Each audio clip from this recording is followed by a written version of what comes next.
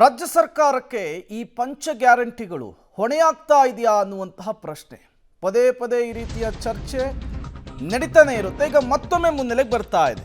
ಪಂಚ ಗ್ಯಾರಂಟಿಗಳಿಂದ ಸರ್ಕಾರಕ್ಕೆ ಕಷ್ಟ ಆಗ್ತಾ ಇದೆಯಾ? ಕಾಂಗ್ರೆಸ್ನಲ್ಲಿ ಜೋರಾಯಿತು ಗ್ಯಾರಂಟಿ ವಾಪಸಿ ಕೂಗು. ಪರಮೇಶ್ವರ್ ಮುನಿಯಪ್ಪ ಬೆನ್ನಲ್ಲೇ ಈಗ ಎಚ್.ಎಂ. ರೇವಣ್ಣ ಅವರ ಸರದಿ. ಸ್ವಇಚ್ಛೆಯಿಂದ ಗ್ಯಾರಂಟಿಯನ್ನು ಬಿಟ್ಟುಕೊಡಲಿಕ್ಕೆ ಜನರಿಗೆ ಕರೆ ಕೊಟ್ಟಿದ್ದಾರೆ. ಗ್ಯಾರಂಟಿ ಯೋಜನೆಯ ಅನುಷ್ಠಾನ ಸಮಿತಿಯ ಅಧ್ಯಕ್ಷರಾಗಿದ್ದಾರೆ ಎಚ್.ಎಂ. ರೇವಣ್ಣ. ಗ್ಯಾರಂಟಿಗಳ ಬಗ್ಗೆ ಮಾತನಾಡೋರು ಉಳ್ಳವರು ಬಿಜೆಪಿಗರು. ಗ್ಯಾರಂಟಿ ಯೋಜನೆಯನ್ನ ನಮ್ಮ ಸರ್ಕಾರ ನಿಲ್ಲಿಸಲ್ಲ. ಗ್ಯಾರಂಟಿಗಳಿಂದ ಜನರ ಆರ್ಥಿಕ ಸ್ಥಿತಿ ಹೆಚ್ಚಿದೆ. ಗುಜರಾತ್ ಮಾದರಿ ಅಂತಿದ್ರು, ಈಗ ಕರ್ನಾಟಕ ಮಾದರಿ ಅಂತಿದ್ದಾರೆ.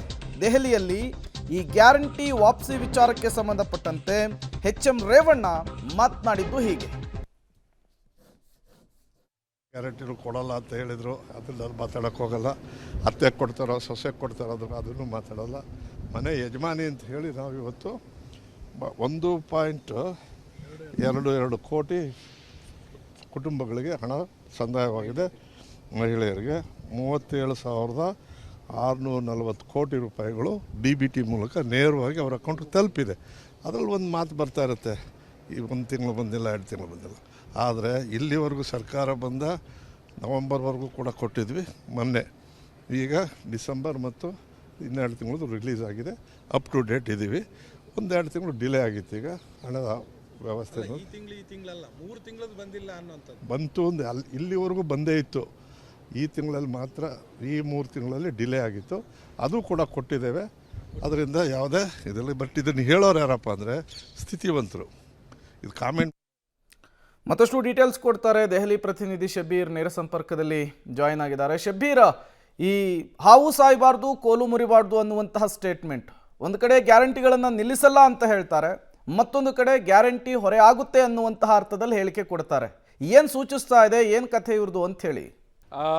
ಪ್ರೇಮ್ ನೋಡಿ, ಗ್ಯಾರಂಟಿ ನಿಲ್ಸಲ್ಲ ಅಂತ ಸರ್ಕಾರ ಎಲ್ಲ ಕಡೆ ಹೇಳಿದ್ರು ಕೂಡ ಗ್ಯಾರಂಟಿಯಿಂದಾಗಿ ಆ ರಾಜ್ಯದ ಆರ್ಥಿಕತೆಗೆ ದೊಡ್ಡ ಹೊಡೆತ ಆಗಿರುವಂಥದ್ದು ಅಥವಾ ಬಜೆಟ್ನ ಮೇಲೆ ಬಹಳ ದೊಡ್ಡ ಪರಿಣಾಮ ಬೀರಿದೆ ಅನ್ನುವಂಥದ್ದನ್ನ ಎಲ್ಲ ನಾಯಕರು ಕೂಡ ಒಪ್ಕೊಳ್ತಾ ಇದ್ದಾರೆ. ಹೀಗಾಗಿ ಗ್ಯಾರಂಟಿಯಲ್ಲಿನ ಒಂದಿಷ್ಟು ಫಲಾನುಭವಿಗಳಿಂದ ಅವುಗಳನ್ನ ಕಡಿತಗೊಳಿಸುವಂತ ನಿಟ್ಟಿನಲ್ಲೂ ಕೂಡ ಈಗ ಸರ್ಕಾರ ಚಿಂತನೆಯನ್ನ ಕೂಡ ನಡೆಸ್ತಿದೆ ಅನ್ನುವಂಥ ನಿಟ್ಟಿನಲ್ಲಿ ಈಗ ಎಚ್.ಎಂ. ರೇವಣ್ಣ ಅವರು ಸುಳಿವನ್ನ ಕೊಟ್ಟಿರುವಂಥದ್ದು.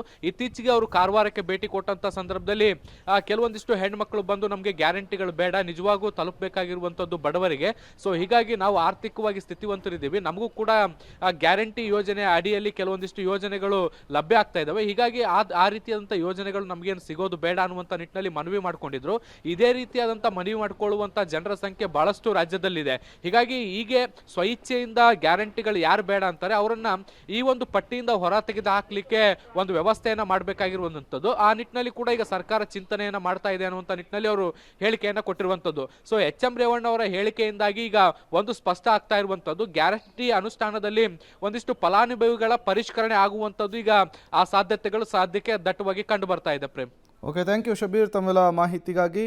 ಅಲ್ಲಿಗೆ ಒಂದಂತೂ ಸ್ಪಷ್ಟವಾಗ್ತಾ ಇದೆ, ವಿಪಕ್ಷಗಳು ಏನು ಆರೋಪವನ್ನು ಮಾಡ್ತಾ ಇದ್ವು, ಪಂಚ ಗ್ಯಾರಂಟಿಗಳ ನಿರ್ವಹಣೆ ರಾಜ್ಯ ಸರ್ಕಾರಕ್ಕೆ ಹೊರೆ ಆಗ್ತಾ ಇದೆ ಅಂಥೇಳಿ, ಕಾಂಗ್ರೆಸ್ ನಾಯಕರುಗಳೇ ಪದೇ ಪದೇ ಈ ರೀತಿಯ ಹೇಳಿಕೆಯನ್ನು ಕೊಡುವ ಮೂಲಕ ಅದನ್ನು ಒಪ್ಕೊಳ್ತಾ ಇದ್ದಾರೆ. ಬಟ್ CM ಆಗಲಿ ರಾಜ್ಯ ಸರ್ಕಾರವಾಗಲಿ ಅದನ್ನು ಒಪ್ಕೊಳ್ಳೋದಕ್ಕೆ ರೆಡಿ ಇಲ್ಲ.